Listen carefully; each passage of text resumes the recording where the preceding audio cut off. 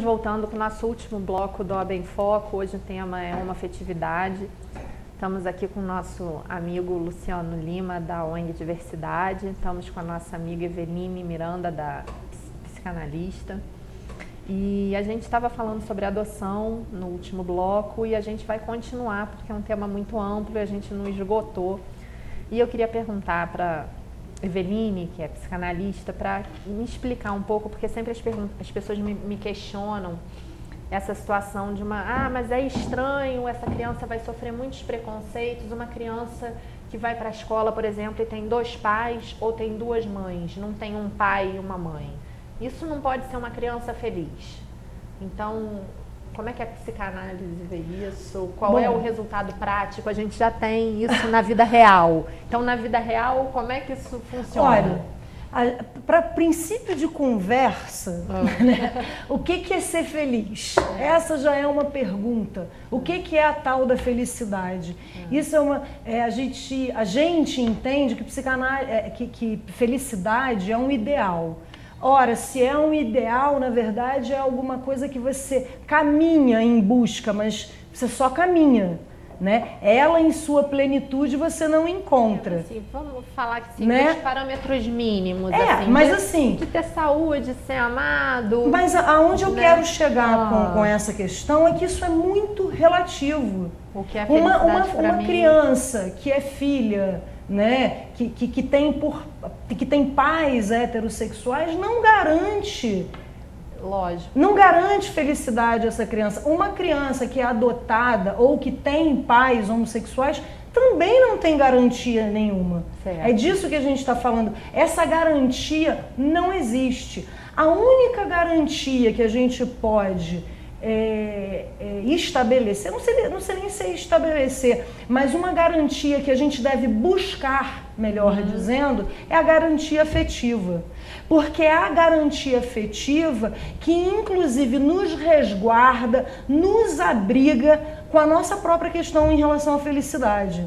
A essa almejada felicidade que a gente busca ao longo da nossa vida. Então, a única possibilidade de algum conforto que a gente tenha em nossa existência é pela via do afeto. Não existe outro caminho que não seja pelo afeto, né? Então, essa questão, esse tipo de afirmação que essa criança não vai ser, já caiu por terra aí. Já caiu completamente por terra, né? A gente não tem nem como se aprofundar nessa discussão. Porque não se trata... É um argumento vazio. É um argumento vazio, não se trata disso. É óbvio que uma criança pode ouvir uma piadinha dentro da escola porque ela tem 2 pais, ou porque ela tem 2 mães, ou porque a mãe é gorda. Ela ouve porque a mãe é gorda. Nos anos 50, anos 60, quando a gente começou a ter pequenos casais, grupos de casais que se separavam, a criança era alvo de... filha de mulher desquitada, né, separada. Exatamente. Então, assim, na verdade, tudo tem a ver de como é essa relação, né, de como é esse vínculo afetivo, como o afeto flui nessas relações. É isso que vai garantir que essa criança, que esse adolescente possa vir a lidar com essas questões que vêm de fora. Dependendo desse pai, dependendo dessa mãe, dependendo desses pais ou dessas mães que essa criança tenha, ela vai estar formada, ela vai estar se formando para lidar com o mundo e para lidar com essas adversidades que o mundo lhe apresenta. Né? A criança ela sofre na escola porque ela é gordinha, mas pode ser que ela saiba lidar com isso. Né? Então isso aí para mim assim é uma discussão, não é vazia. Para mim também não é, mas é uma questão assim de esclarecer, porque são os argumentos que surgem o tempo todo. Né? É um lugar comum. E assim, a gente falava há pouco de uma questão que eu acho que vale a pena a gente pensar e a gente refletir sobre. E aí eu vou te fazer uma pergunta. Olha isso.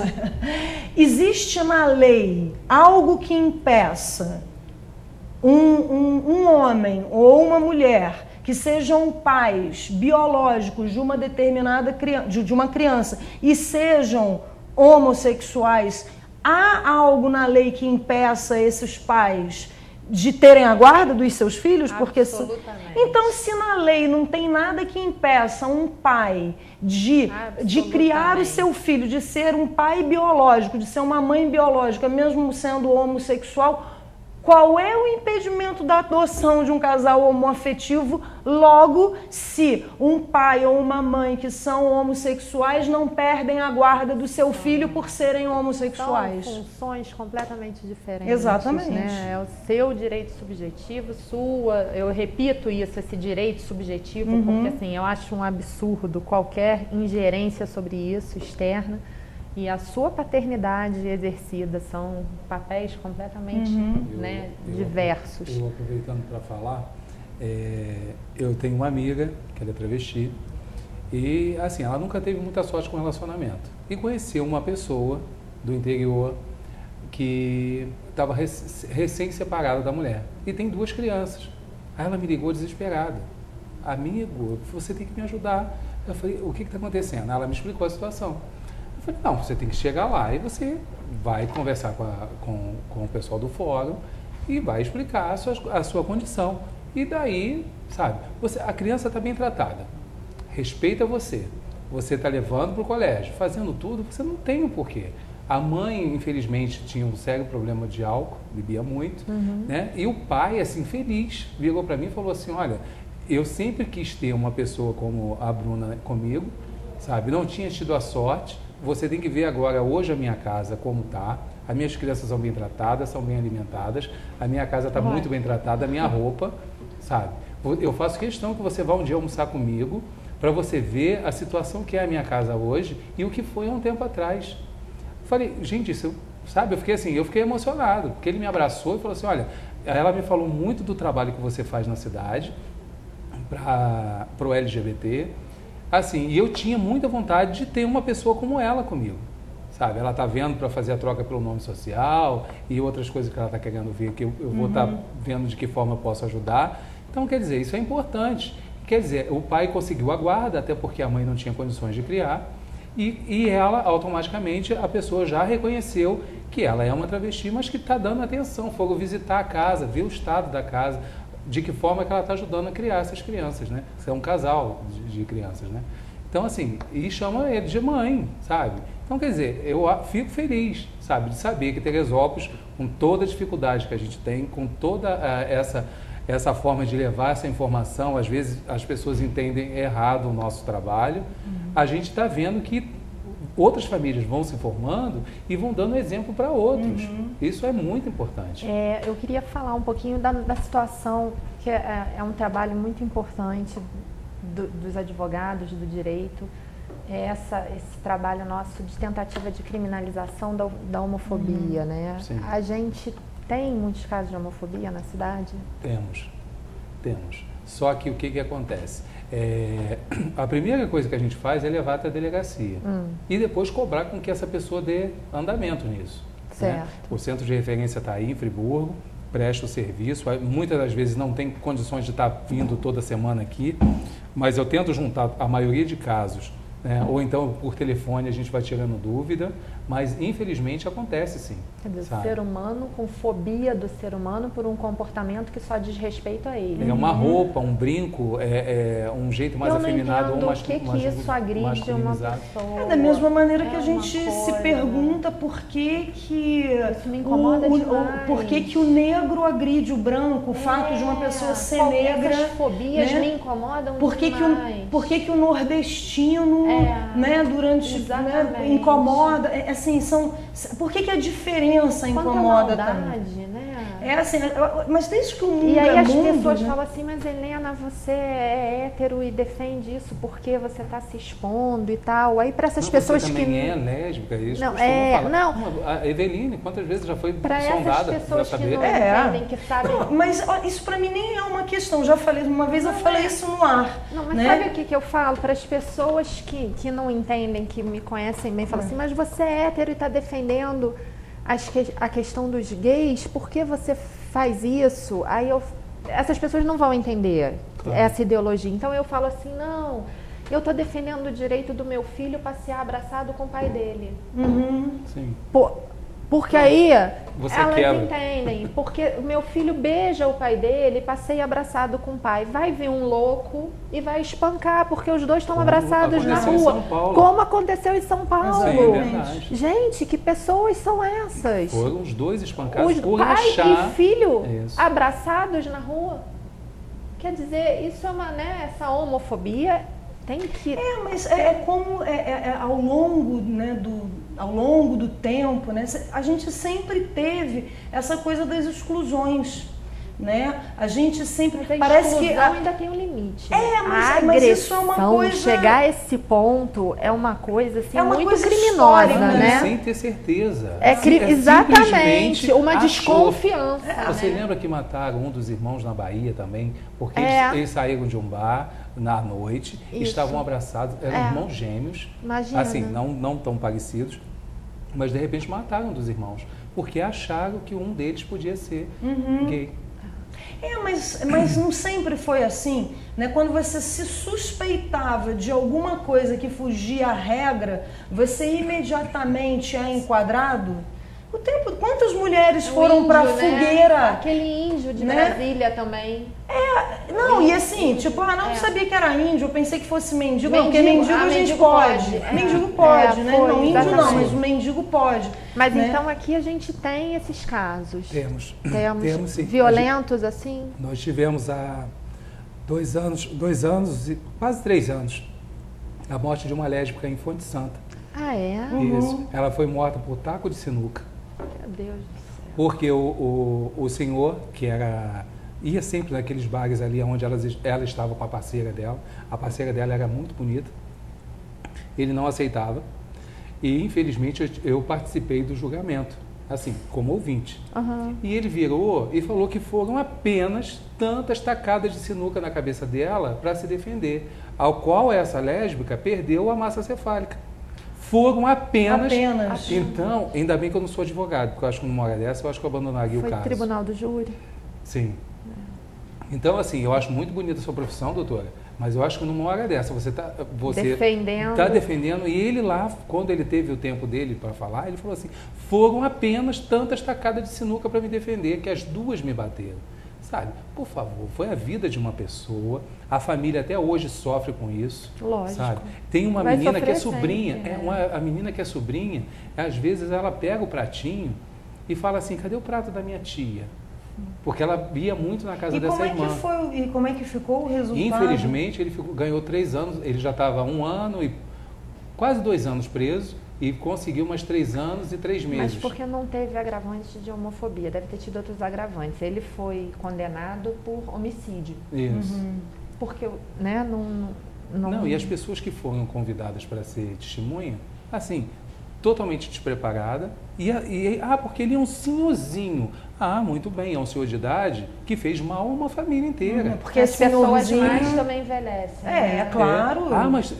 Mas ele teve força para dar tantas tacadas de taco de sinuca na cabeça da Cristiane, sabe? Foi daí que eu comecei a movimentar aqui. E outros casos já aconteceram. Só que muitos a família abafa, prefere falar assim, não. É difícil a questão da prova de que a agressão veio por causa desse viés. Essa é uma questão difícil. Infelizmente, a delegacia não atende. Ela faz o BO, mas não tem como incluir. E aí o que acontece? Vira assim, uma lesão corporal. Isso. Uma coisa briga de formal, família. mas não tem a conotação da homofobia. Não é proveniente disso, né? Porque é uma não prova consegue.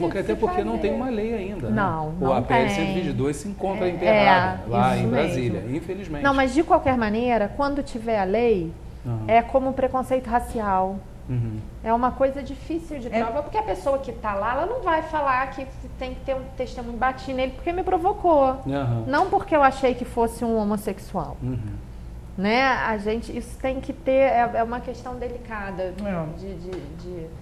mas é uma questão absurda e a gente espera que seja criminalizada, que a lei reconheça. Até né? uma forma de começar a cobrar dessas pessoas e não achar que o LGBT é só uma banalização. Só a passeata, a parada. Isso, tudo que eles fazem questão de incluir o LGBT, eles falam assim, a parada gay, é um casamento gay, não sei o que, gay, porque aí automaticamente as pessoas já pegam a parte feia da história e jogam nas costas da gente. E a gente não é assim.